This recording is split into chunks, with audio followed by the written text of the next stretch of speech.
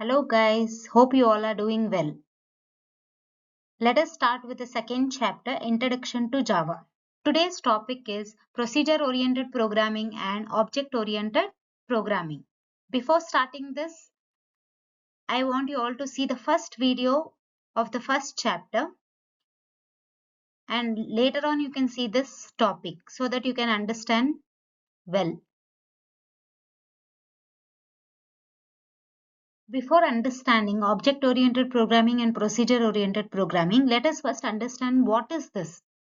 So you might have heard about the word programming paradigm. What is this programming paradigm? Programming paradigm is the method in which you write the program, or the methodology used to write the program. The way in which the programmer is writing the program is called as programming paradigm. Okay. There are two types of programming paradigm. One is procedure-oriented programming and other one is object-oriented programming. In this video, we are going to study in detail what is procedure-oriented programming and what is object-oriented programming. The short form for procedure-oriented programming is POP and object-oriented programming is OOP. Now let us know about procedure-oriented programming. This procedure-oriented programming is mainly based on functions, and functions are also called as procedures. What is this function? Function is nothing but a group of statements, a group of instructions which helps to do the specific task. So you can tell a group of statements or a group of codes which will perform the specific task is known as a function. So the function which is mainly focused in procedure-oriented programming. First, here the program or the problem is divided into small units and then it is solved. So here the data is shared among the functions. So there will be no data security. You can understand that when data is shared among many functions, there will be no data security. And here how this program is solved or any problem is solved using top-down approach. That is from the beginning, first they'll focus on the main problem and that main problem is then divided into sub-programs. And that sub-programs is divided into the procedures and then one by one, all the procedures have been solved. Here, because the data is been passed between the functions or shared between the functions, here the security for the data is very less. That's why the procedure oriented programming is used very less nowadays.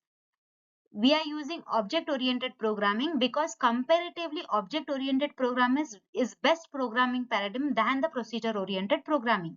What is example for this procedure oriented programming is the languages. Okay, how we have languages like Kannada, English, Hindi, French. Like that we have a language in programming also, that is in computer science programming also. Many languages are there like C, C++, Java, Python, Mercury. Like that in for those languages or those procedures where the procedures are used in the languages. Example for those languages is C and the Pascal. Next, we'll study about object-oriented programming. Object-oriented programming mainly focuses on objects and classes. What is this object? In the last class, we have learned that object is an identifiable entity with some characteristics and behavior. Anything which is having the identity, state, and behavior is called as object. Now, what is class? Class is nothing but the group of object which is having the similar properties. So, based on this object and classes, this object-oriented programming paradigm works. Here, the program is divided into objects instead of procedures here or functions. Here the program is divided into objects. First we focus on the small parts of the problem and then it is solved and the solution for the main problem is searched. Here the data and functions are bundled together in the single unit. There the data is shared among the functions, because of which there was no data security. But here the data and functions is bundled into a single unit, because of which we have a data security. Here we follow bottom-up approach. In object-oriented programming, bottom-up approach is followed, where the problem is first solved in the bottom and then the focus is taken to the main problem. This object-oriented program is famous because of its features, that is abstraction, encapsulation, inheritance, and polymorphism. We have learned this in the last class. Let us just revise once. Abstraction is nothing but the act of representing essential features without including the background detail. for which I have given you the example about the vehicle or a bike. If you want to ride a vehicle, you should only know how to use it. No need to know the internal mechanism of the engine. That means the only important feature is known, the background detail is not known, which is known as abstraction.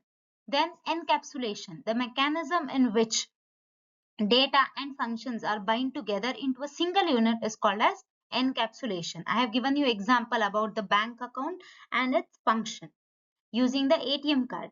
Then coming to inheritance, inheritance is the property in which one class acquires the properties of another class. The class which acquires the properties is called as subclass. The class from which the properties is taken is called as superclass. Then coming to polymorphism, the mechanism in which object is shown into many forms, okay, is called as polymorphism. I gave you example about the television. We have many television which does the same work, but we have different names. Means we are representing the same object in different ways. Example for this object oriented program is Java and C++. Now let us revise and see the difference between procedure oriented programming and object oriented programming. So the first feature is focus. Procedure-oriented programming mainly focuses on functions, whereas object-oriented programming mainly focuses on objects and classes. Approach. Which approach is followed by POP? That is top-down approach. And object-oriented programming follows bottom-up approach. The more security for the data is given by object-oriented programming because the data is passed between the functions. POP gives very less security for the data. Reusability of the code. We can reuse the code again and again in object-oriented programming, but there is limited reusability of the data in procedure-oriented programming. Example for procedure-oriented programming, language C and Pascal. And example for object-oriented programming is Java and C++. So this is the difference between OOP and POP. So here we are done with today's class. Thank you guys. I request you all to kindly like, share and subscribe my channel.